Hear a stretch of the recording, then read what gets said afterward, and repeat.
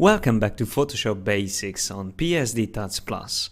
I'm Martin Perhiniak, and in this tutorial we are going to talk about color correction and setting the accurate white balance for images.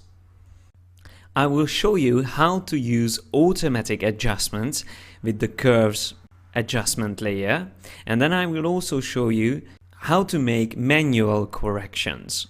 So for this image, to set the accurate white balance or accurate colors, I'm going to choose the curves adjustment layer, and from this panel I will choose the gray eyedropper tool to set the gray point on the image.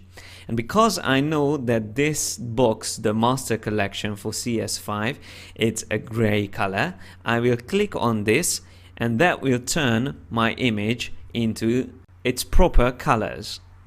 So now we can turn on and off this curves adjustment to see before and see after. And what happens in the background is that Photoshop changes the intensity of the color channels separately. And if you look at the curves now, you'll see that Photoshop increased the intensity of blue and decreased the intensity of red. The diagonal line is the 0 level, so everything goes above that will be increased and everything goes below it will be decreased. So now try to apply the same technique to another image. I open this image and I will use the curves adjustment. Now, instead of using the gray eyedropper, I will use the white eyedropper because I know that some of the stripes here should be white. So I click on them to set them as white points on the image, and according to that change I can quickly correct all the colors on the whole image. We can also do this manually if we reset the adjustment layer by clicking on this arrow. We can go into a manual correction by clicking on RGB and selecting the channels separately. Every photograph is made up of red, green and blue colors. This is specific to the RGB images that we work with, and on this image I can easily tell that there are too much blue, so I need to decrease blues. So I select blue channel and I click in the middle and I just drag it down like this.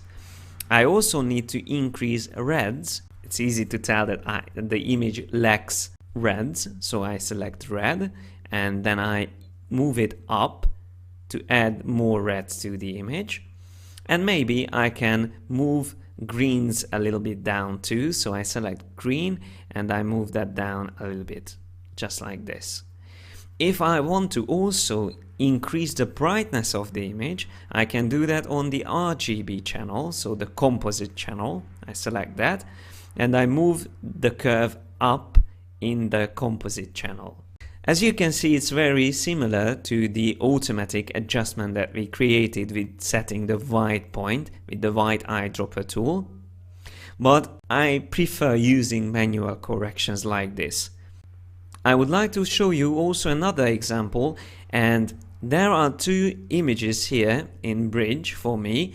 The same photograph saved as a JPEG and as a camera raw file, the original camera raw file. Now here you can see that the camera raw file is 10 times larger in file size than the JPEG file. What is the advantage of the camera raw file then? You will see when we set the white balance. If I want to use the Camera Raw engine, the Adobe Camera Raw engine, to set the white balance, I can also do that on a JPEG file by right-clicking on it and choose Open in Camera Raw from Bridge. Then I will get this option where I also have an eyedropper, this one here on the top, white balance tool, and with this I just click on the background where I have white colors. Now as you can see, we changed all the colors on the image, but it's not really a good result. It's better than it was before. If you check before, I just turn off the preview, we see the image before. and we see the image after, but it's not the best. Let's do the same with the camera raw file. I go back to Bridge and I double click on this camera raw file, which automatically opens in Adobe Camera Raw, and I use the same white balance tool and I click on the background, and you see that we set the white balance, hence we have a really nice color corrected image. So again, another great advantage of using camera raw files is that we have much more control over setting the accurate white balance than with JPEG files.